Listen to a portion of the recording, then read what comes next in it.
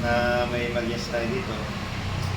Alas 9:20 na kayo, 9:20 PM. Actually, 8 to 6 tayo talaga na sabi ko, exception naman yung mga emergency. Kumigay yung buto niya dahil, ano yan dito? Natuod ko sa natukod dahil sa basketball. Yan, gagawin natin. Yan yung buto niya, yan. Layo, diba? Nakakomang na ganyan. Yan ang gagawin natin. Mabilis lang ito.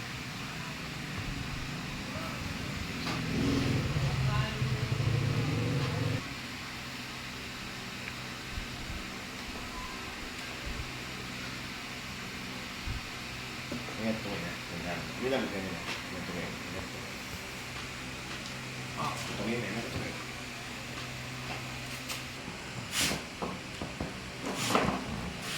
Tuloy na.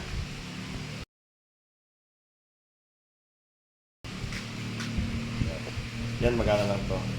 Pero hindi ka-casting natin yan.